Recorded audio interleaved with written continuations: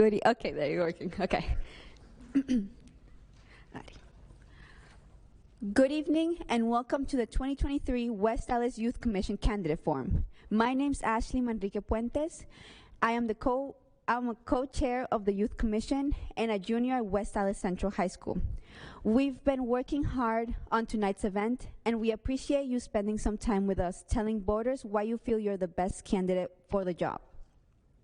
We'll begin the forum with a 30-second introduction from each candidate. Then we will start the questions, and you'll have 1 minute to answer each question. Our timekeeper, Anna, will raise a red card when you have 30 seconds left, and will ring a bell when your time is up. If there's time after the questions, we'll allow a 30-second closing statement. So let's begin with the introductions with Mr. Jesse. Good evening, and thank you for the opportunity to be here. I think it's great that you guys are doing this. Fabulous. I think this is going to be the most fun I've had out of the forum so far. Dave Jesse, if you go to Central, maybe you know my son Tobias. He's a freshman, plays for the football team. I personally went to Nathan Hale. Don't hold that against me. I also went to Frank Lloyd Wright and General Mitchell. I've been in the district since I could walk, let's put it that way. Just wanted to see the district return to its greatness that I experienced back in the day. Thank you. Good evening. Thank you to the West Allis Youth Commission for inviting us here today and having the opportunity to answer your questions. My name is Brian Keller. I am finishing up my second term on the board. Lived in West Allis for about 20 years. I have kids that have gone through the district, one at Central, one at Hale, one that will be going to Central next year. Been involved in Little League, Booster Club, PTA, various other things. During my time on the board, I've served as the clerk, secretary, and I've spent the last 2 years as vice president. This could be tough. Good evening. My name is Kristen Kaiser. I'm seeking a second term on the school board. Thank you to the Youth Commission for having us tonight. I'm a 13-year plus teacher. I have worked in special education. I currently work with children of Indigenous ancestry. I have taught Title I. I am an interventionist. I have 2 kids in the school district, so I'm very well vested in wanting our school district to succeed. We have a new superintendent and director of curriculum coming in. I would love to be part of a consistent board that can see us through the future of change with some smooth. Hello, my name is Noah Lee, and I am seeking my 3rd term on the board, finishing up my 2nd. I have 2 children in the district, a 7th grader at Lane and a 4th grader at Hoover. I've been on the board as the board secretary, board treasurer, and I've been the board president for the last 2 years. I'm looking forward to continuing the work I have been able to start on the board and look to start with our new leadership on a path that will get us back to where we were pre-COVID. Thank you so much. Now we'll begin the actual questions, and you'll have 1 minute each person to answer. So the first question is, what skills and qualities would you bring to the school board that other candidates can't say they'd bring? We'll begin with Jesse, Mr. Jesse. Obviously, being a first term, I do not have the school board experience that my 3 incumbents do. I am new to the whole experience, but I have been with the district, like I said, since I've been able to walk. I've seen the good times, and unfortunately now I'm going through the bad times. Our scores are low, violence is high. Central kids know that, Hale kids know that, and I'm just bringing an open mind, and I want to listen to the community itself and bring their input to the district. Thank you.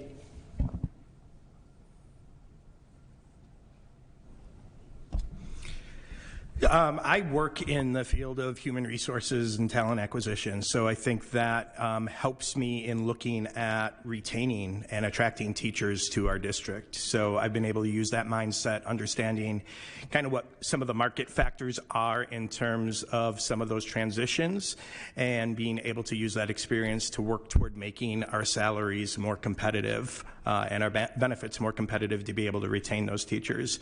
I also know it's not just about salary and benefits. There's there's other things we need to look at and make sure that our teachers have the support that they need in their classrooms to be able to focus on the job that they're supposed to do. And that includes eliminating distractions that take away from learning. Again, I have that human resources mindset and experience that will help us as we continue to look at how we retain our staff. So as a current teacher on the board, I have the understanding of curriculum and what it's like to be in a school right now post-COVID. My schools were open, but it was not the same as a normal looking open school at the time. I am very driven by data-driven decisions when I'm making decisions for my classroom on instruction or assessments or how I'm going to mix up skill sets and focus on students. I'm always looking at the data. And so when looking at the data of our school district from a complete lens of, oh, well, that school, or where's that school? No, we got to look at just what does the data say across the board? Let's make decisions. And also I want to hear from teachers and stakeholders and make sure their voices are being heard when we make decisions and moving on. And I have very good history with policy levels at the local and statewide arenas.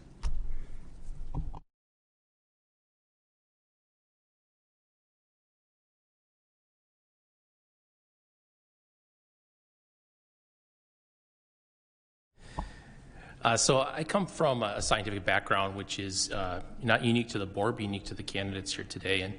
And as I ran originally, it's a unique perspective to how we go about board decisions, how I look at the different aspects of the decisions that we have to make. Very analytical. Data is obviously very important, but how data can be applied and the best way to utilize it when making these decisions is something that I've been trained to be able to do. I also think that some analysis that is done for some of the decisions that we have to make is more unique from my mindset, just because of the training that I've been given to evaluate pros and cons, looking at biases, so forth and so on. So I really think that bringing that scientific perspective to the board is important, along with the leadership that I have been able to provide over the last 6 years. Hey, thank you so much. And then the next question will be asked, the next question will be asked by Jayla.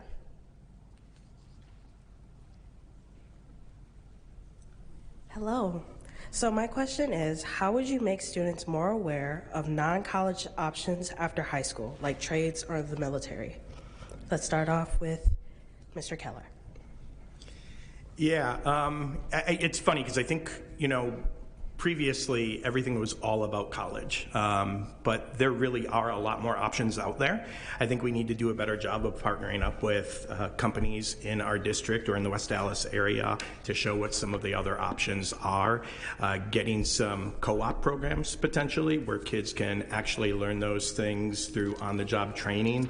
I know we previously had some arrangements like that in the past where they'd get exposed at least to manufacturing and some other types of things, but I'd really like to see us do more in terms of some of those other things, some carpentry, plumbing, electrician, and being able to show, again, that there's good career paths that don't necessarily include college. Thank you. Thank you for the question. First of all, I have a husband who went the non-college route. He went straight into, he did a little bit of time working because he thought he was going to be a tradesman, ended up going into the Navy, and now my children see my husband going to school in his 40s, full-time, part-time, online, in class, and it sparked a joy in my kids to learn more as well. So, having a non-traditional student in my home has been a very good aspect of things. I would love to see more job fairs that include the trades, more apprenticeships. We've got some wonderful partnerships going on, but there's always room for more.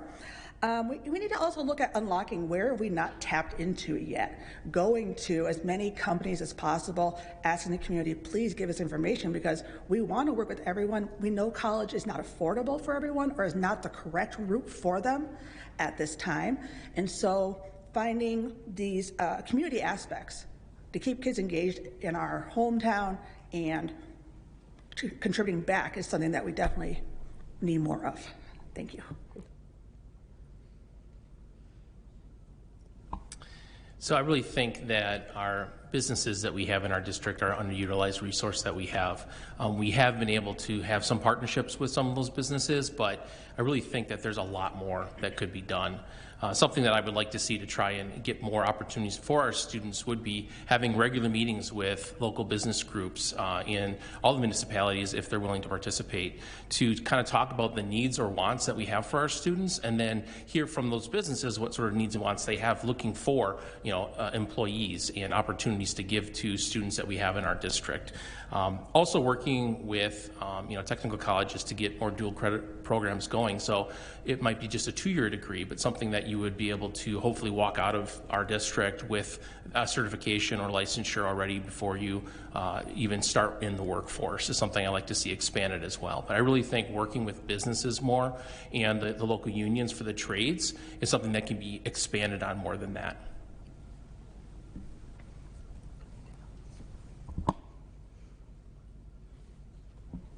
Thank you. This is a great question, actually, because I'm a production supervisor down in Racine at Case New Holland.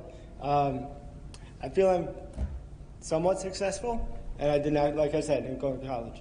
I took the military route. Not saying that's going to be for everybody, but that is an option. You can get a GI Bill, get paid for your schooling after that is done, and get credit for some of that schooling while you're serving, depending on what MOS you have. Also, I am connected with the Carpenters Union and a couple other unions as well, with some of their board of directors, president, secretaries, treasurers. So I know I could get kids engaged that way as well. And I do like the idea of getting the kids, the ones that are interested, into some of these local businesses to try it out, test it out, see if it's something they might like. So definitely partner with the community, the businesses around the area, the trades, and get more information out about the military, definitely. Thank you. Thank you. Up next is David.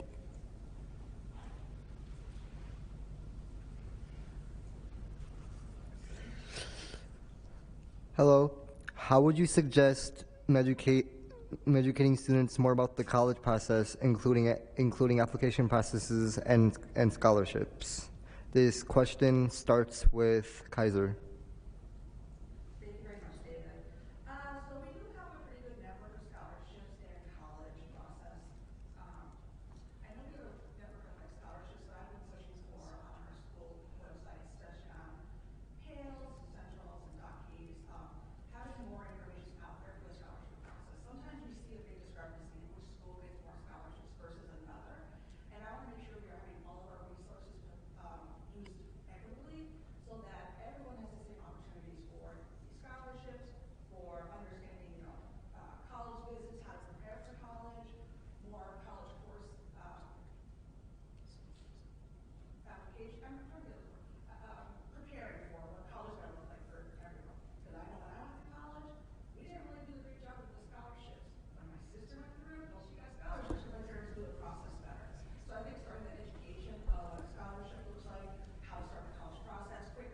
Oh gosh, I never had my thing on. Can you ask her to repeat her answer? Can you repeat your answer? Is that okay with everyone? Okay, I apologize for doing that. Like I said, I want to get the college process started sooner so that parents are better educated to what the process looks like, when to start, when to help kids start prepping for the ACTs, or what these college essays are really truly looking for, getting more school involvement with going to colleges and check them out. And like I said, the whole scholarship, I would really love to see more scholarship information in one centralized hub, and having our school counselors and social workers making sure we are matching kids to the scholarships that best work for them. And like I said before, we see discrepancies sometimes in which schools get more scholarships. We should be more equitable based on our school sizes being very similar. And at the end of the day, we want everyone to go to school affordably, to go to the school that works best for them and their futures. Thank you, and I apologize again for not pressing the button. Thank you. And our next question will be asked by Saoirse. Oh, my bad.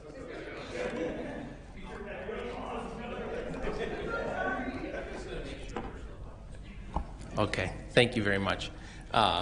First, I hope this question doesn't mean that people aren't aware of the opportunities that we have for colleges here in the district. I'm a little disconcerted to hear that. I know we do have college fairs. I know that we have happy opportunities for parents to learn how to fill out the FAFSA form. I know we do have that, but I would hope that that is something that's well known for most individuals here in our district.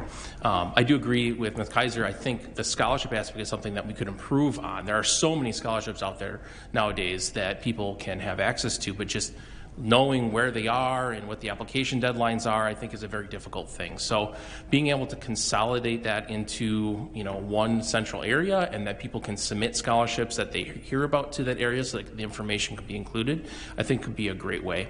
That and more college tours, opportunities to tour colleges, interview, like having students come back who went to college and saying, this is what I learned as a new freshman, coming freshman college, this is what you need to expect.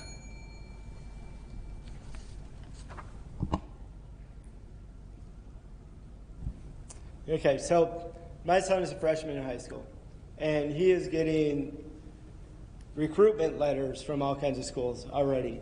I know that's probably due to the football coach, and I think the coaches are doing a great job of getting that information out there. What I'd like to see on the flip side is, and again, he's only a freshman, so I don't know if this is going on in his schools. Hopefully it is, but bring those colleges in that people are interested in and set up a college fair. A few times a year, not just once a year, recurring through the year. And I echo this great idea, bringing the kids back that have gone on to the colleges to share their experiences, what they've learned. Is it everything they thought it was? Are they still in the same major? Is it going to be something different than they expected? Give that experience back to our students. And that's across the board, whether it's kids that went to college, kids that went to the military, kids that went to the trades. Bring those kids back and share that information. Thank you. All right. So what I would like to see, I think a lot of it comes down to communication. And I realize that nowadays the best way to communicate things with students is probably through text messages. So I would love to see some type of system set up where not only do we have all our scholarship opportunities housed, but you get text messages notifying you, hey, this new opportunity is available. Hey, this is the deadline for you to apply for it, and really kind of give you that timeline laid out throughout the process. I'd like to also see us do maybe some after-school workshops or other things where we can really work with students to kind of talk through the college process, through the application process, and what that all looks like. And I'd like to see some of this stuff start happening very early in their high school career. Don't want to see it waiting until junior year, because a lot of times that can be too late especially for top choices or places that they want to go. So it's good to start that communication process as early as possible. Thank you. Thank you. And our next question will be asked by Saoirse. This question will start with Mr. Lee. In your opinion, why was the 2022 referendum defeated? Well, I think there's a few reasons that it was defeated. I think that there was some confusion in the community about what actually was going to be done. And I think that there was some confusion in the community about why it was needed, why it was brought up in the first place. And these things come down to communication and efforts by the district to try and communicate a complicated reasoning and process that we were trying to put in place for, at the end of the day, a decision that was in the community not as popular when it comes to combining the two high schools. So I think those two things, or three things I should say, were the reasonings that they were defeated.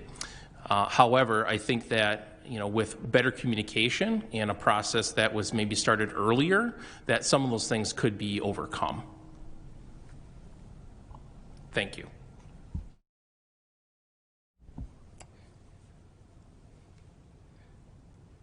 I think it was defeated for a myriad of reasons.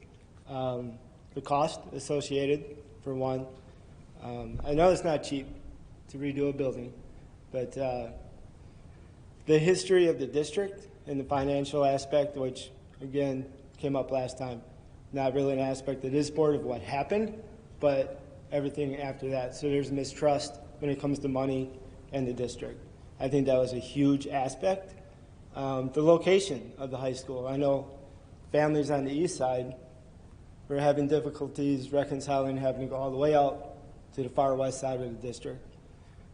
So I think it would have been a better option maybe to put it somewhere central, not central, but pun intended, but centrally located. Also, just the overall project management of the whole situation, I think from my vantage point as a project manager and some of my jobs, could have been better. Deferred maintenance also is an issue as well. Thank you. I think a lot of it's been touched on. I think it really came down to communication and trust. I think in spite of a number of things, there's still skepticism about the decisions we make financially, and rightfully so. Things, especially something with that kind of a price tag, should be looked at very closely. Communication could have been better. The process needed to be started earlier, I believe, and really get more people and stakeholders involved. Location may have been a concern, but the reality is we're very much landlocked. We don't have a lot of other choices if we want to do a combined high school within our district. So again, those are things that we need to communicate and get people involved with, to have those conversations and make them understand what our challenges are and bring everybody together to come up with a solution that can be agreed upon by our district. Thank you. Thank you, Saoirse. So I'd like to thank Mr. Lee and Mr. Keller for taking all my answers. Definitely, the things I wrote down right away were definitely need to take the communications. A lot of people felt that we were rushing through the process, and that's definitely not fair to a community whose taxes and hard-earned money was going to be affected by it. You know, looking back, was it maybe too lofty a goal? Maybe you want what's best for the district, and maybe you want beyond what the district is ready for. I always want us to be future forward and ready for our students, to give you every opportunity there is. But hearing from the district that that's not where they're ready yet, and that's okay. Change is scary, and there's a lot of changes going on in our world, and sometimes that definitely can affect a vote. And I just want to remind that a referendum is a question. We came to the community and said, we have a question, would you support this? They said no. Now we're moving on with those choices and decisions, and as a board, we have to find that happy medium for our entire community. And it was a good lesson for us to make sure we understand, you know, where we're at. Thank you. Our next question will be asked by Jayla. Hello again. So my next question is, be honest, would you eat the school food? Let's start off with Mr. Jesse. When I went through, pizza day was the bomb, okay? From everything my son and his friends say, I'm out. No, not one bit. Yeah, similarly, but I went to MPS, so we had different food choices, or I don't know that it was the same provider that you had, and there were certain things that I absolutely loved. Even now, my son said there's a couple things he'll eat and he really enjoys, but I all too often hear him complain that he did not like the food or he did not eat that day, which creates other problems. So I think there's probably room for improvement, but in fairness, I also haven't eaten anything at the schools in the last few years. So. First, I want to say I'm proud of the fact that we have universal meals for our students, so there's no barrier there for what people are eating. I think it would be nice if we definitely were able to give schools more choices. Full disclosure, when I was in high school, I basically lived on Fritos and curly fries, so I mean, maybe my life decisions were not great back then. I would eat the food. I teach in an elementary school. A lot of times I eat the food my kids eat as well.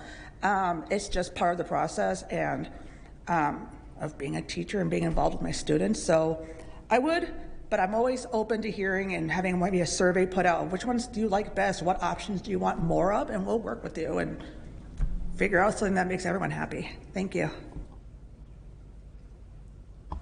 So actually, I had gotten some complaints about this a few years ago before COVID.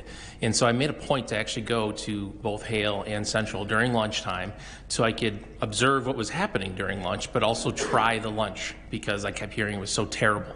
And maybe it's because when I went to school, it was so much better than the lunches I had eaten. I didn't see a problem with it.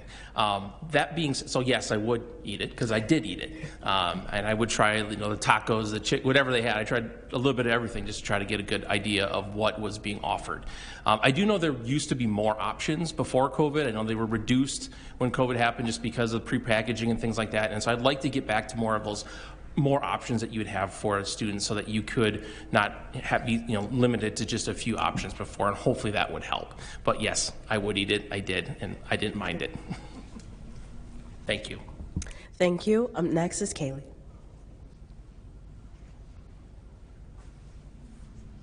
Hello. My question is, do you think standardized testing accurately represents a student's learning? And we will start with Mr. Keller. I could probably go on for days about this. I'm not a big fan of standardized testing. I feel like standardized testing is a snapshot in time. And there are so many variables that snapshot does not take into account. What happened at home the night before or the morning of, whether or not you were able to get a full meal, the amount of stress you're under. If you get stress anxiety, which is a thing, one of my kids has that. He does very well in school, very good grades, but tests with a time limit causes problems. So no, I don't think it's an accurate depiction of how well our students are capable of doing. I'd like to see some changes to how those are measured and the value that they're put on in our district report card. Thank you. Thank you for your question, Kayla. Absolutely not. Standardized tests should be abolished. I'm absolutely over them. They show nothing but what a child is doing that day at that moment. That's it. At a standard which might not even be that child's level of learning. If I have a student who can't write their name, but then within 2 weeks is writing their first name and then writing their last name, and I don't care what grade level this child's at cognitively, that's a win, and that shows us that person's learning. Quick side note, my first year teaching standardized test, the question on the test for the essay was, a UFO falls in your backyard, what happens next? My kids lived inner city, in apartments, had never had a backyard. They couldn't get past the question. These standardized tests are biased. They're not meant for all kids to succeed, and they're unfairly tied to student funding, or to school funding. That's my line in the sand. Thank you. Yeah, I would have to agree. I do not think standardized testing accurately portrays student achievement or learning. And a lot has been, talked about how our district scores are so low and how abysmal they are. But I've been in our schools, I have children in our schools, and I see a lot of learning that happens. I go to demonstrations of learning and seeing kindergartners being able to express how, what they learned, how they learned it, and the process they went through to do it. Not a lot of people can say that. Not a lot of people can do that. So I think a lot more learning happens in our district than what those standardized test scores show. It's an unfortunate thing that they're held up so highly when our districts are compared to each other. But I know that those people who have our students in our schools and are involved in in our schools see and know the type of learning that we have in our district. So I would love to see that those things change so that they weren't so tightly associated with the success of our district. Thank you.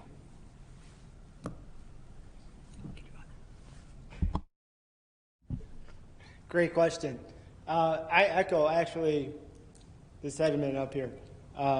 Snapshot in time. So many factors go into it. Sometimes people aren't good at the written or the reading and the written. Sometimes people like to stand as opposed to sitting it down. Choices. All that being said, that's the measure we have right now. That's the world we live in. So we have to make do with what we have. Until that changes, we will be scored by that standardized test. Whether we like it or not, whether we think it's right or wrong, that's what we have, and that's what we go by. Thank you. Thank you. Our next question will be asked by Saoirse.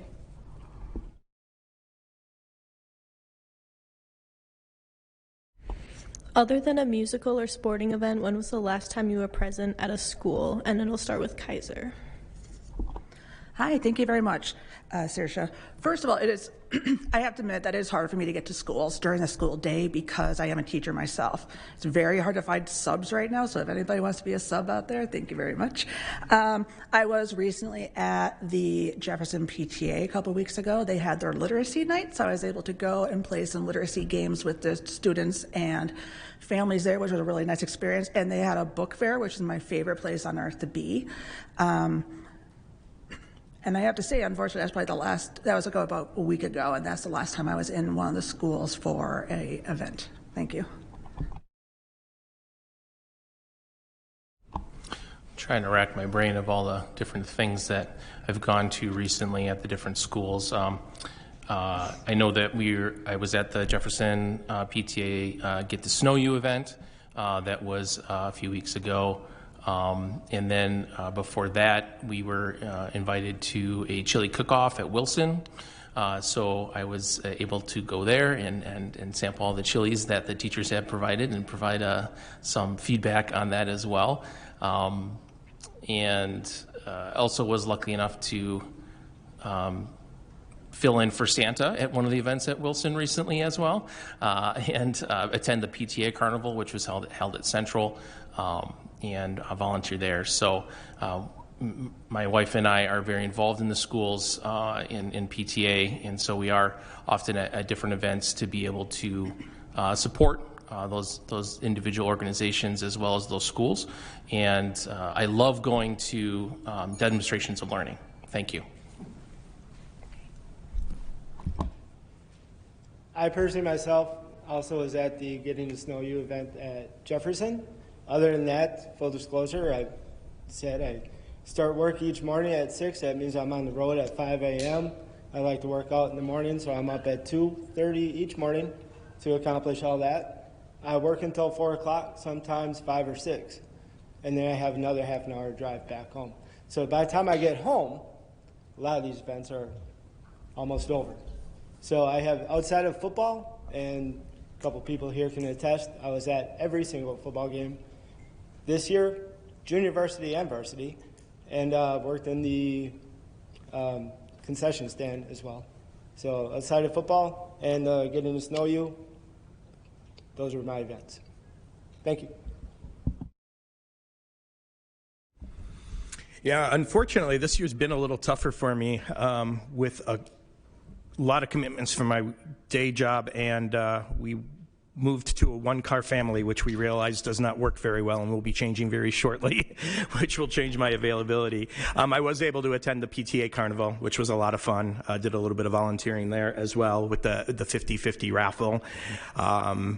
Other than that, the last time I stepped foot in a school was actually to drop off some snacks, some breakfast items at FLW as they were taking forward testing and talking with a few staff members there. So I do have a few things on my agenda that I plan on attending very soon. And I have been involved very much so in the Booster Club in the past, and I have a feeling with my son going back to Central next year, I'm going to be involved in that again as well. So thank you. Our next question will be from Shelley.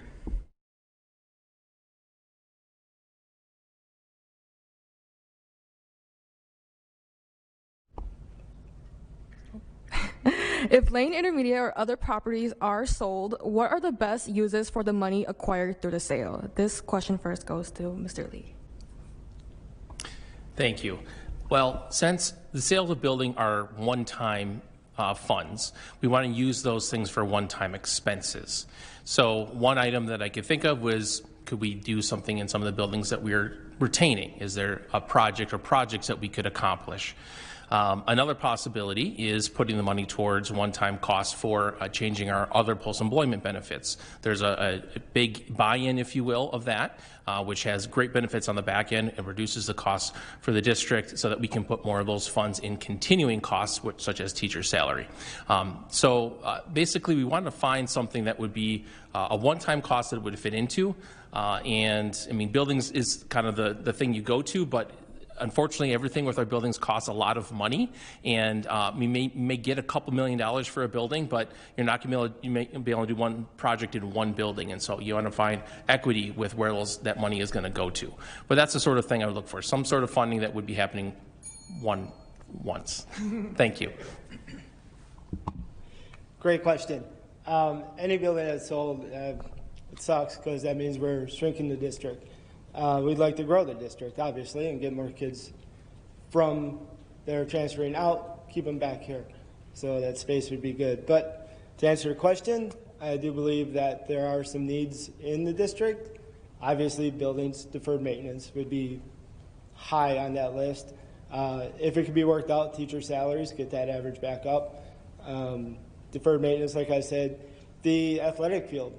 I think it's a great athletic field. It's been remarkably redone from the time I went when it was a clay track. But what has not been touched is if you play sports and you've ever been in that field house and those locker rooms, it's terrible. I don't think it's been touched since I went to school.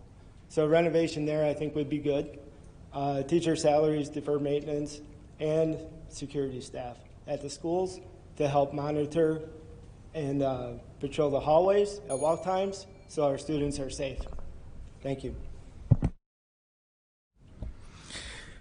Anytime we talk about money coming into the district through a sale or something along those lines, my first thought does go to salaries for our teachers. I want to make sure that we are keeping our staff, that we're able to be competitive in attracting new teachers. But to Mr. Lee's point, that's an ongoing expense. So what we do have to look at is some of those fixed cost items, whether it's facilities or other areas where we can put that money and then we can use those savings, which will hopefully recur year after year, toward those salaries so that we can get a little bit more competitive. We understand that is a big need of ours. We do not compete very well with neighboring districts, and we want to make sure we are setting West Allis, the West Allis West Milwaukee School District as a target destination for teachers where they want to come and where they want to work for their entire careers. Thank you.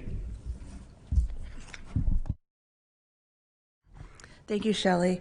As others have said, it's a one-time fund. It's not recurring. So it'd be hard to say, oh, we got $2 million coming in, let's spread it out. Well, the next year, what if we don't have those $2 million or whatever that number in the sky is? So definitely funding things like our capital improvement plans, it's going to benefit the most that we don't have to then take away from other funds, okay? Air conditioning is definitely a need in our district and more schools. I'm sure that, during summer school, we're only limited to a few buildings because of the air conditioning. I'd love to see if we can do upgrades in that area. Another thing which would also recruit or retain teachers is, could we use that funding for additional academic resources that gives students success, that is equitable and is going to actually help students succeed beyond the classroom, which is always our end goal. And if it's something that we are willing to invest into our schools, that's great for the entire community. Thank you. Thank you. Up next is Adrian.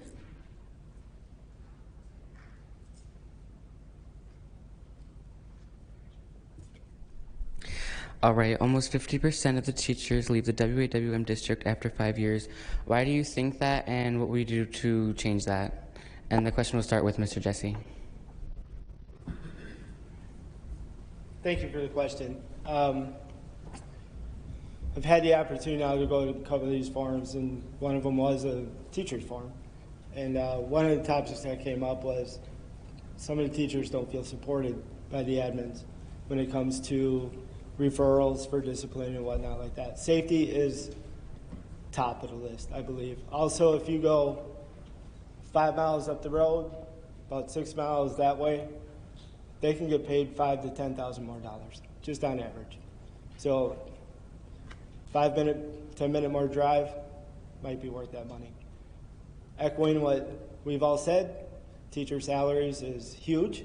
We bring that up, I think we can get and retain high-quality teachers here in our district. Great question. Thank you. Yeah, I mentioned it before. It was mentioned again. Teacher salaries are a big part of it. We're not competitive in the surrounding districts, and that's a problem when you can go somewhere and make a significant amount more. it makes a difference. I think the other thing, we need to make sure that we are limiting the disruptions in our classroom. Teachers are frustrated by that. So we need to make sure that we're holding students accountable to things they are doing that they should not be doing in school. We need to remove those disruptions so the students that want to learn can learn and the teachers can teach them. I think the other thing is making sure that our teachers continue to have a voice, that they are heard, that they are the ones in the classroom, they're the ones working with the students on a day-to-day basis. We need to understand what they're seeing, what their challenges are, and what supports they need, and then we need to work to provide that. I think those things will go a long way in helping to keep those teachers in our district. Thank you. Thank you, Adrian. Everyone's touched on the competitive salary, and I understand that. The competitive salary now is really important for teachers because you see people coming out of college, they want to start their lives, start their families, buy homes, and so seeing a competitive salary now is really important. I totally understand that. And it's something that if you really want change, you need to go to Madison and tell people to, in this upcoming budget, to increase school funding. We have not had $1 more per kid for, I believe 2 years now, and that is how we help support our teachers. We do have an excellent compensation and retirement benefits, and we need our teachers to know that we support them and we have trust in them to make the best decisions educationally, instructionally for our students, because there's so much negativity in the world about teachers right now, and it's really hard to want to get into the profession. And this is someone who's been doing this for 13, 14 years and was home with my children during Act 10, and it's a hard time. But, you know, if you see a teacher, thank a teacher.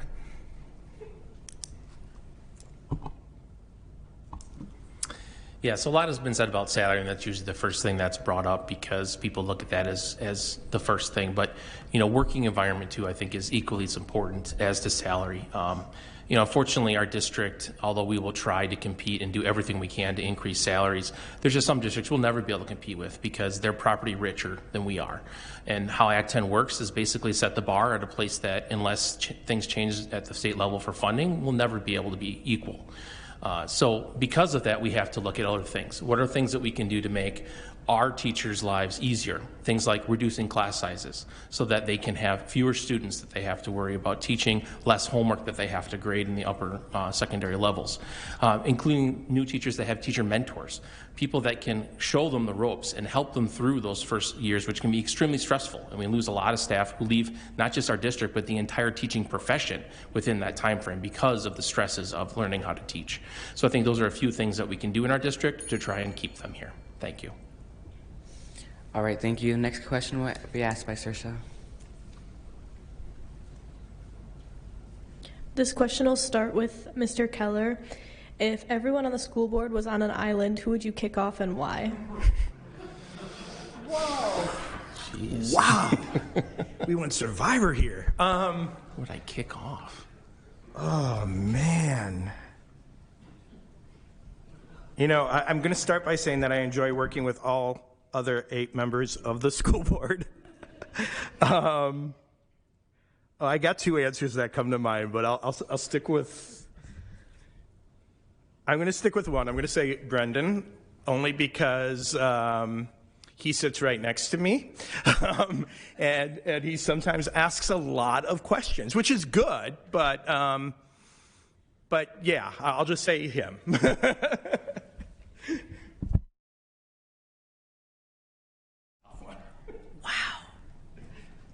I don't know. I could joke with Mr. Burns because we joke that we're cousins from old country, but we're not.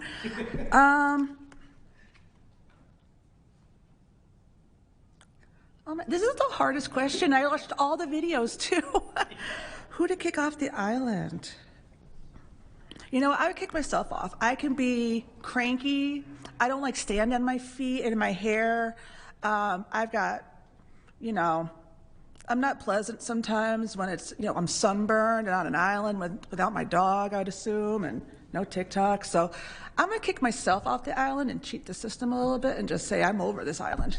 Thank you. And that's cheating. That's creative.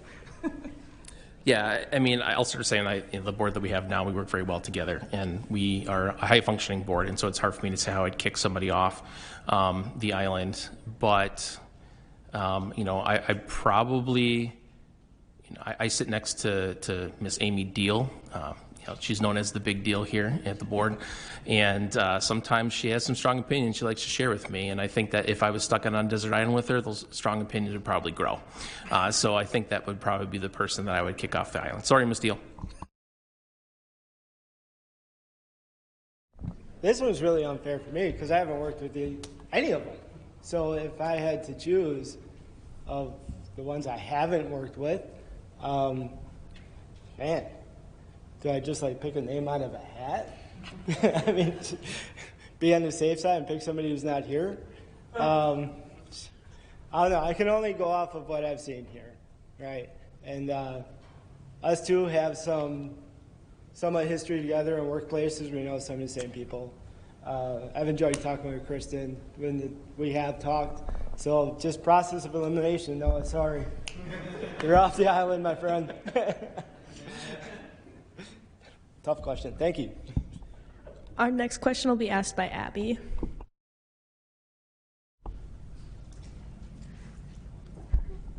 Hello, it's nice to meet you.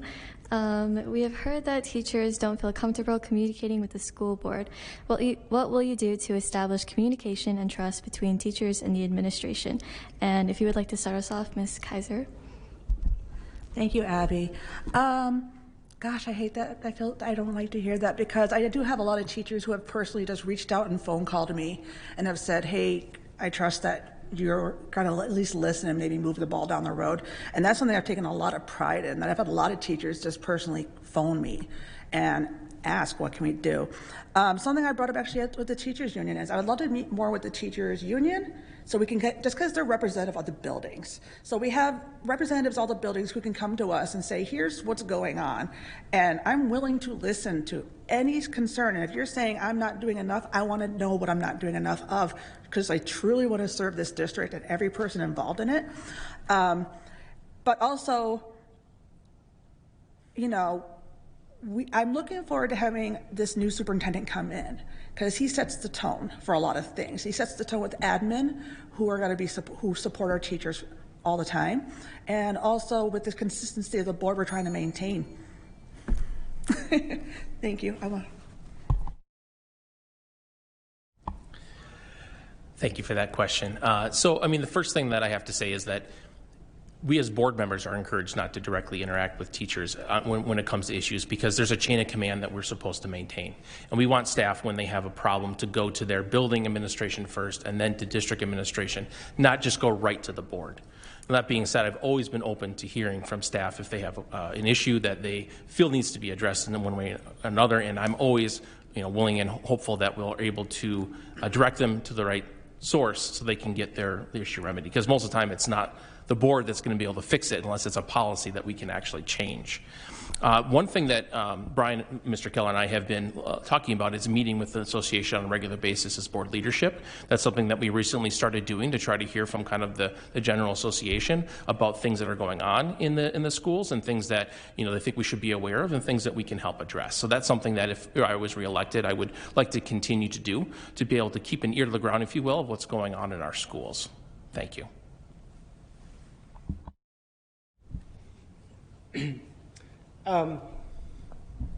Noah touched on it.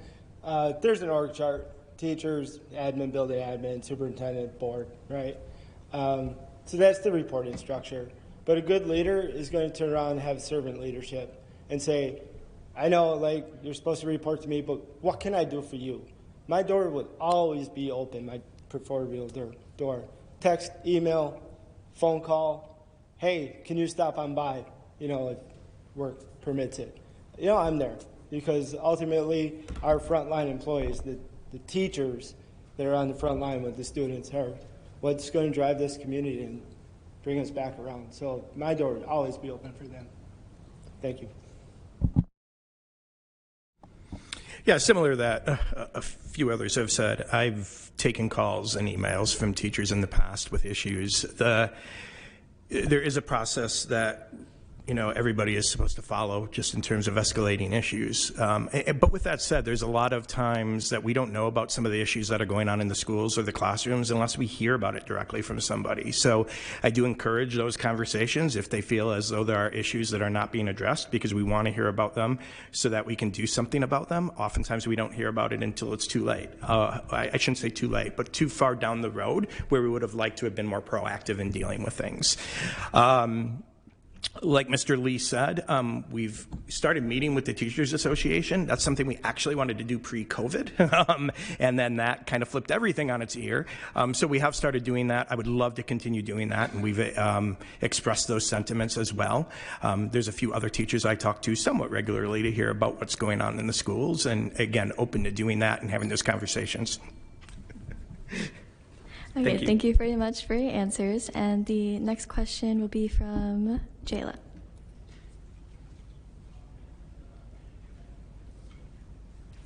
Hello again. So my question is, what new opportunities will you give students to allow them to have a voice in decisions that affect their school experience? Let's start off with Mr. Lee. Thank you. So something that has been brought up is we used to do, the high schools would come and give a presentation about, what's kind of going on in their schools to the board, and that fell off after COVID. But something that has been floated by Ms. Kaiser is having a student representative that would be available on the board, would be attending board meetings to be able to not only provide input about what's going on at their schools, but also be able to provide a voice in, not a non-voting voice, but a voice about the sorts of things that we are considering as a board. So that's something which I think is a fantastic idea, something other districts have utilized, and something that I would be in support of if when we get that set up in the district, if I'm reelected. Well, thank you so much.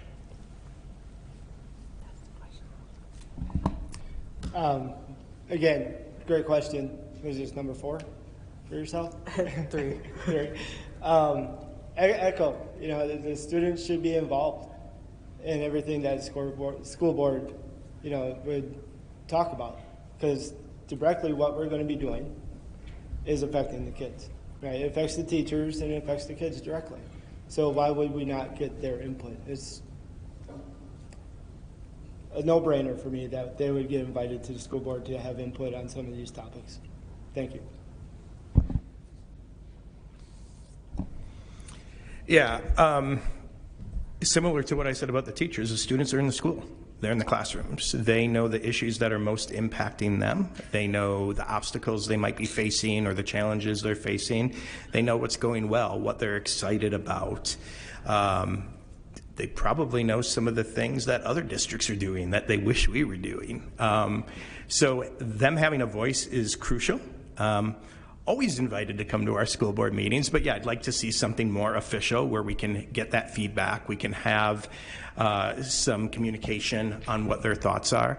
One of the things that I've talked about in a number of different areas is I'd like to see us do more focus groups that involve parents, teachers, community members, and students, so that we can get the perspectives of all of our stakeholders on some of the things that are most important to our district. And again, I think it's important that the students would be involved in that. Thank you. This is the question I wanted, Jayla. So yes, I've been the WASB delegate, the Wisconsin Associated School Board delegate for the last 2-3 years, actually. And through that work, I have met with other school districts who have a non-voting student representative on their board. I would love, this is my goal, that we get this started September when schools open, because we really need to hear from young people, because this experience is yours. We can say all we want, but it's your experience. And I want to move forward with that and how that's got to work between 3 high schools. We're going to make this work. I've got the networks. We're going to figure this out. Other things, though, I think, we hear from kids a lot that we want more courses. We had kids at Central say, we want a Black History course to learn more. And we got outside experts to come in to help us develop this course. I would love to see a Latinx course, an LGBTQ course, a course on Indigenous history, a course on mindfulness. So many kids don't understand how to handle the stress and anxiety of life, and we need it. Thank you. Next is Adrian.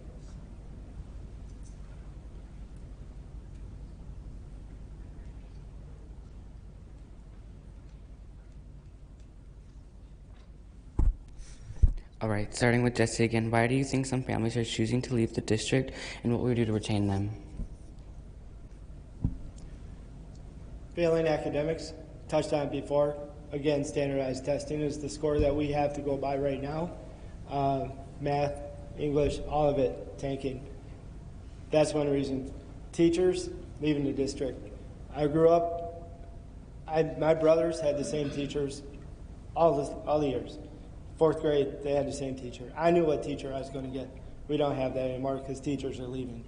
So average salaries. Students, families leaving, also because of violence in the schools. I'm sure you kids have heard about the violence this week. 4 fights in 4 days. Terrible. I think that's what it is. Safety, teachers leaving, and poor academics. Thank you. Yeah, I think there's a number of reasons, but I also want to point out a couple things. Some of the people that are open and rolling out of our district never set foot in our district. They've already had a relationship or been attending another school. They move into our district and they decide to stay at that district school. There's more choices now, and with that said, some of those private schools don't have the same standards that public schools have, so they can be a little bit more selective in their enrollment. Part of it is violence, although that is a problem that is happening in every district. We have to be proactive in how we address that to make sure that our staff and our students feel more comfortable in the classroom. And yeah, continuity of staff is extremely important. The more you can build those relationships from an early age and know that you're going to have contact with some of those same teachers and staff members throughout the course of your education are going to be important. I think those are some of the key things that we need to look at improving. Thank you, Adrian, for your question. I'm in a good position of working with our Director of Business, Mr. Norris, and being the treasurer and being on the Financial Stability and Efficiency Board, we have started the process of creating a survey, meeting up with the communications team as well. I brought this up at the last meeting, that we need to actively survey the families that are open and rolling out or choosing other charters or options outside of our school district. What opportunities are we lacking that maybe we have that they don't know that we still have? And also making the phone calls to really make sure that survey goes through, because if we don't know why people are choosing other reasons to leave our district, we need to know what else can we offer these families and create a line of communication and create these relationships. And hopefully, you know, we lose a lot of money to open enrollment out. We want to keep these kids, teach these kids in our schools and show them what great stuff we have here in West Allis, West Milwaukee. Yeah, so previously we had done a survey of families out shortly after we moved to neighborhood schools. And what we had found at that time is there was a lot of families that were going to specialized schools at MPS. So language immersion schools, STEM schools, things of that nature. And so as Ms. Kaiser had mentioned, we want to redo that survey of families that have rolled out to see if that's still the same, if there's different things that we can address that way. So I think that's the first thing that we need to, recognize. There are a lot of other, options in very close proximity, and someone literally moving across the street can move from one district to another, but then they want to keep their child in the district that they're going to. The other thing about achievement, students come back to our district, a lot of them come back at high school. And that's when we start looking at those standardized test scores, and a lot of them come back in worse shape than they would have been if they would have continued through our schools from kindergarten on. So that's another thing that I think that needs to be pointed out about this, that families come back to our schools because the private offerings that they may have been at previously end before the high school level. Thank you. Thank you. The next question will be asked by Ashley.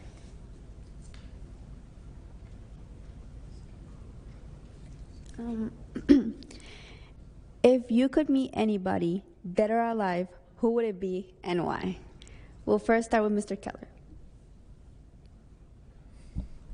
These questions are always tough because there's so many different options. I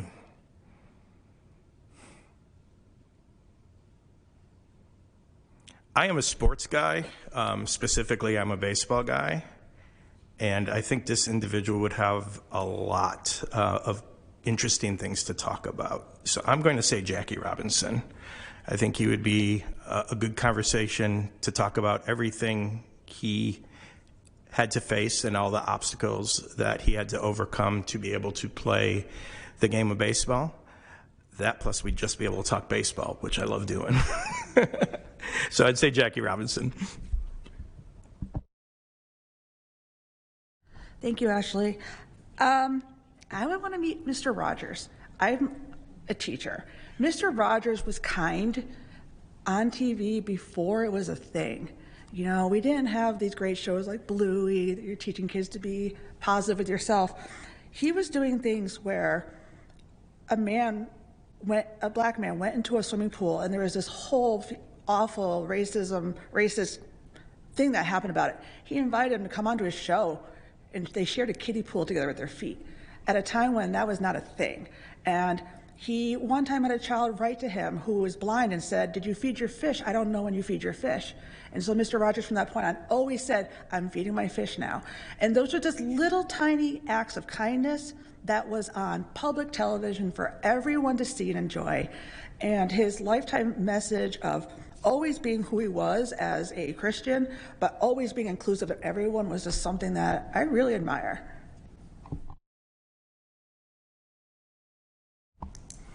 So I think I'd want to meet Benjamin Franklin, and I think I would like to meet him because he was so many different things. He was a politician, a statesman, an inventor, a scientist. I mean, and for when he lived, the time in which he lived, to be able to do all those different things and excel at so many of them, I think would be really interesting to just speak with him to learn how he thinks, because you don't see that sort of I guess you would call a Renaissance man anymore, who is so good at so many different things, and the things that he's brought to society as far as inventions and advances in science, and even the history that has happened in our country that he has played a role in.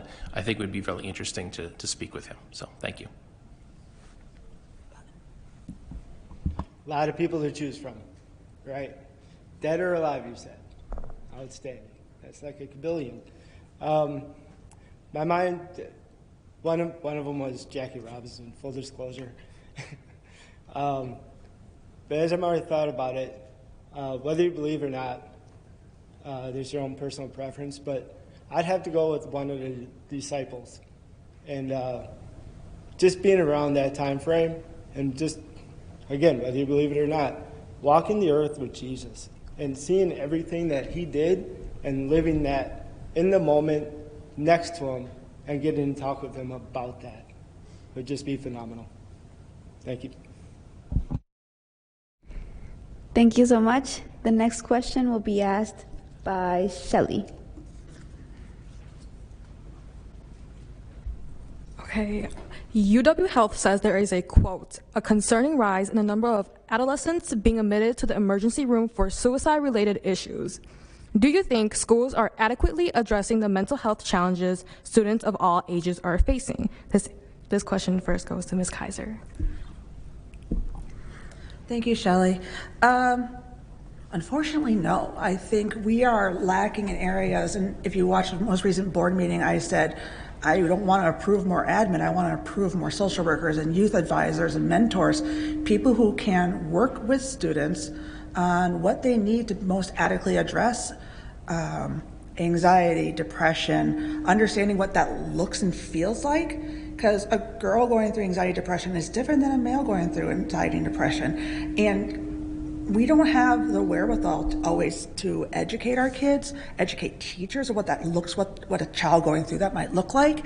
And this is a funding issue at the end of the day. We need better programs in our schools that are age appropriate to teach kids how to manage these really big feelings, but also then how do we, in a very healthy way that's best for everyone, can we move through society and become, on the other end, able to address our own needs and be able to verbalize. So as a yes or no question, I think the answer is always going to be no. I think there's always always more that could be done. one thing is adding more professional staff to our schools, which is something that since I joined the board, we have been able to increase. But we're still not at the recommended national levels for the amount of social workers, school psychologists, and counselors per student, especially in our high schools. And that can lead to long wait times when people want to reach out and speak with someone and they have to make an appointment and wait.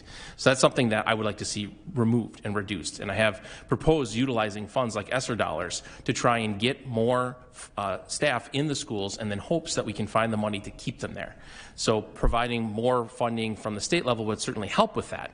But also being able to really listen to what the needs of the students are. So who do they want to talk to, right? And making sure that we're providing that, whatever that answer is, for the individuals that they want to speak with. Thank you. This is a huge topic nowadays, especially post-COVID, and with all the technology out there and all the image and everything like that that's going on. Echoing, no, there needs to be more, definitely more. People that are able to reach out and talk with the kids, have the kids be able to feel comfortable going to these workers as well. And it's not just kids, right? It's adults too. So I know of a few groups involved with my running that I do that would be willing to come in and do seminars, be there for a week, like Mental Health Awareness Week, and be there to talk with the kids. Thank you. I am going to make it 4 for 4. No, we do not do enough. I always said I was never going to be one of those people that compared what my life was like when I was a kid compared to my children now, but the reality is, and I think a lot of people when they do that will say, oh, I had it tough because I had to walk, 3 miles in the snow, et cetera, et cetera. But in a lot of ways, we had it easier. We didn't have social media. We didn't have a lot of the other outside stimulus or just impacts on our day-to-day life that young people have nowadays. So, yeah, I want to make sure that we have the appropriate resources. Again, the challenge is budgeting and finding out what we can do. One of the things that I've talked about doing is seeing, comparing where we're at from an administration staff level, seeing if there's anywhere that we can make cuts if we're too top-heavy compared to other districts of our size, and then put that money back in the classroom. So whether that's with the teachers, the psychologists, social workers, counselors, et cetera. Thank you. Up next is David.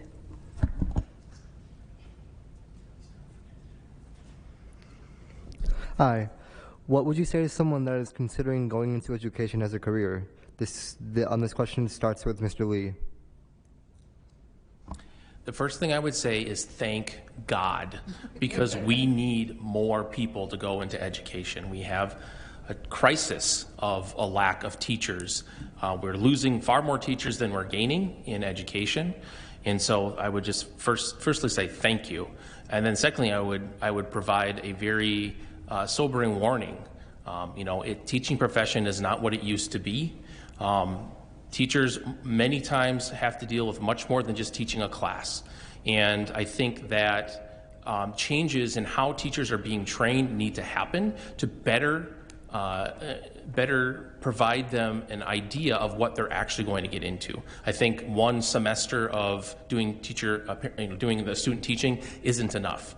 And I think that the way teachers are taught in colleges also needs to change because of what the new requirements really are when it comes to teaching. But really, at the end of the day, thank you. Thank you. Definitely would say yes. By far, yeah, go do it. If you have a passion for it, follow your passion, definitely. Teachers are phenomenal, and what they deal with on day in and day out, is just amazing. I haven't taught. I've been in the training realm in the manufacturing and HR societies, so to speak. I've had the opportunity to teach people how to do their job, and when they understand it and get it and have that aha moment, Kristen can attest to this, it is a heart-touching moment. And I would wish everybody would be able to experience that. And definitely, go get it and get after that dream and follow your path, definitely. Yeah, similar. Yes, thank you. All of those things. Again, I work in the recruitment world, so one of the things that I do when I'm talking to a candidate about a job is painting a realistic picture of what that job is going to look like. And I think that's important. People need to know what they're getting into when they sign up for a career path, understand what that's going to look like on a day-to-day basis. I'd like to see people who have an interest be able to start maybe even doing some shadowing at another school in high school before they start their education program, doing some of those things so again they get that idea. But yeah, I think it's important to do something that you have a passion for, because at the end of the day, this is oftentimes one of the most unappreciated jobs there are, considering the responsibilities that they have. So you have to make sure your heart's in the right place. And I think all of our teachers that are doing that are. And I'll just end there. I knew in second grade I was going to be a teacher. I had Mr. Howard, who was the most amazing teacher ever. I'm still friends with my third grade teacher, Mrs. Turkington, and that was a very long time ago. Again, like, I want to echo Noah, thank you. It's a very hard field to be in right now. Either you are seeing the negativity online or you're in your classroom, you're seeing these amazing positives every single day. We have a situation right now in my school, brand new teacher, first year teacher. This is his first role ever this person has had. The first thing I said to him was, you need to set your boundaries. They need to, people, it's a passion. It's a passion to be a teacher, but you shouldn't be taken advantage of, and you need to know your worth, your expertise, and your time are yours to keep. And also, come on in, bring your water, because I'm gonna show you everything there is. There's nothing better than a teacher mentor. Advocate for it, and anybody who wants to get into teaching, please do. It's the most rewarding career I can imagine having for myself. Thank you. Thank you very much for your wonderful responses. Our next question will be asked by Madrian.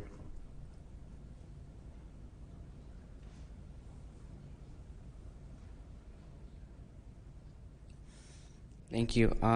When kids get to a certain age, advanced kids are separated from people who would learn at a regular pace and not help. When kids get to a certain age, advanced kids are separated from everyone else.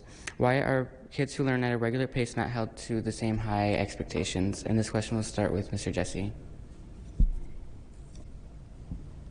So if I'm understanding correctly, you're asking about accelerated classes? Yeah. Okay.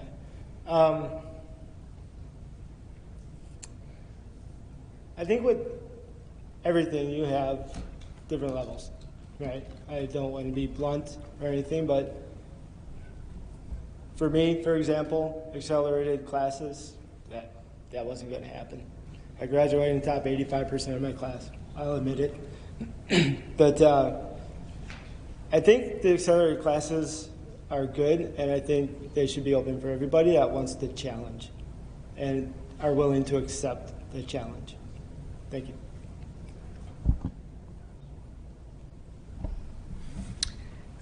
Yeah, I think it's important that we're offering coursework to all of our students that challenge them and provide opportunities in areas of interest to them. So again, I think it's a process of kind of seeing how each individual student, where their skill level is in certain areas, and whether or not those class offerings provide them the best opportunity to continue their learning and to be challenged and to get to the level they need to based on what their career or life goals are after high school. So I think it's a combination of factors, but I think it's important that we offer a variety of offerings to our students so that they feel challenged. Thank you, Adrian. This is an issue of equity. We need to do a better job of looking to identify where there are biases or inequities happening. If more math courses are not being offered in the middle school or at certain middle schools. So when they get to the high school, they don't have the opportunities to go right into calc or later into AP or college now courses. Then what are we doing for our kids? If child A is at medium and they finish high school at medium, we've not done our jobs of making sure they're being challenged. If we have kids, we need to understand what their strengths are. If we have a student who is currently a C- student, but they are a passionate writer, why aren't we challenging them to go into these college prep courses or advanced courses? Because at the end of the day, challenges are hard and not everybody wants it. It's a stressful situation, but it's for the best in education. So I know here in the district we offer personalized learning, and so we want to try to provide to the student what they need in order to have them succeed.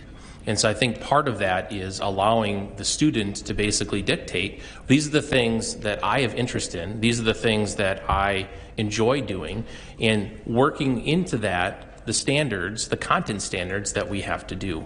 Part of that is project-based learning, being able to get students curious about something that they have already an interest in, and then weave in those content standards that we as a district need to ensure our students are learning. So I think, it's less of why are we not holding people to certain standards. I think we're holding each child to their standard that they are going to be able to achieve and they are going to be successful in. And I think that's the important thing to do, because we do not want to discourage people if they're not doing well in a class. Thank you. Thank you. Next question will be asked by Kaylee.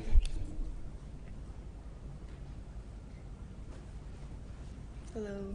Aside from the pandemic, why are test scores dropping in our district? We'll start with Mr. Keller.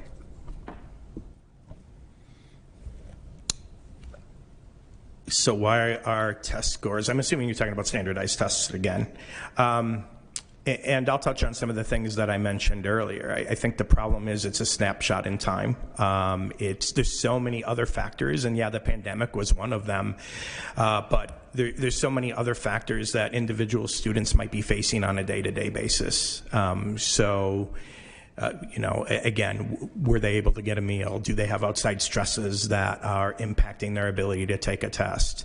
As Ms. Kaiser mentioned, some of these tests are biased as well. So, there's a lot of factors. I think standardized tests maybe served a purpose years ago, but I think the reality is they have not changed with our student population, with the times that we're living in today, and they're just not an accurate depiction of what our students are doing and what they're capable of and what their achievement level really is. So again, it's all those factors.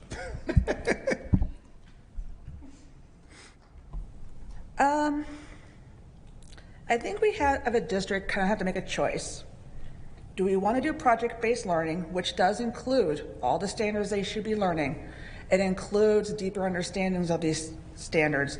The young kids are able to verbalize what they're learning, why they're doing it, and how does it carry on to the next grade level, the scaffolding we want to see in education.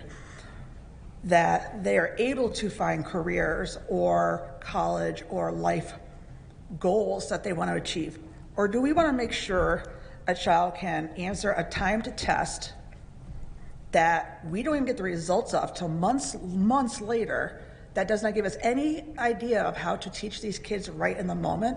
And so education is changing, and I think it's changing for the better, that we can get these individualized learning options, but we are still tied to an antiquated system, and I wish there was a way to show more. My microphone was on this whole time. I apologize. So first of all, I want to make a small correction. Our ACT scores actually went up last year compared to the year before. So our test scores are not continually going down. We are starting to see that rebound. But another thing that is important to note is we have what we call a high mobility district. That means that students come and go from our school district for a variety of reasons. Some of it's housing related, some of it's parental employment related, and other related issues. So that plays a big role in testing, right? If you're moving in and out of different learning environments and trying to be in this learning modality and then that learning modality, and now you got to take a test. Well, that might play a role in how well that student may do based on that mobility. So I think that there are a lot of other things at play. And you said other than the pandemic, but the pandemic messed up a lot of things, and especially in our district, which has Thank you very much. Excellent. Not to go back to my day, right? But once again, touch on the fact that we had the continuous teachers, so to speak, right? My brothers had the same teacher that I had, so they were already familiar with the family. A lot of times, those teachers had meals with us at our dinner table, so they knew me years before I even got there, right? I think that's part of it. Today, society as a whole is different. You got social media, we got the disruptions in the classroom, teachers leaving, so a whole new teacher set coming in. And again, how long did we take to come back from COVID does play a role in this. We were one of the last districts to come back. I think that does play an effect. Thank you. Thank you. That was our last question. I will now turn the mic over to our chairwoman, Ashley.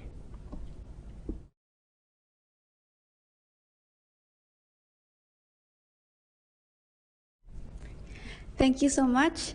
And now each candidate will have 30 seconds to have a closing statement. We'll begin with Ms.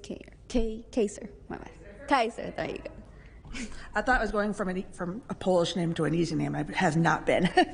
Again, thank you so much to the Youth Commissioning for having us tonight. Like I said, I always worry about this forum the most. You guys have the hardest questions, and I feel like you're going to hold it to us, which I really appreciate. I hope I have earned another vote tonight. For people out there who are watching, who have heard me, I am dedicated to this district. I am dedicated to the teachers, the admin, the students.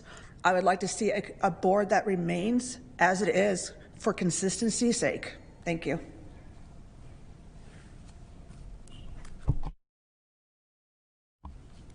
Hi, I also want to thank the Youth Commission for putting this together and for the advisors for helping them do that. I've done this Youth Commission forum a number of times, and it's always a pleasure, so thank you for that.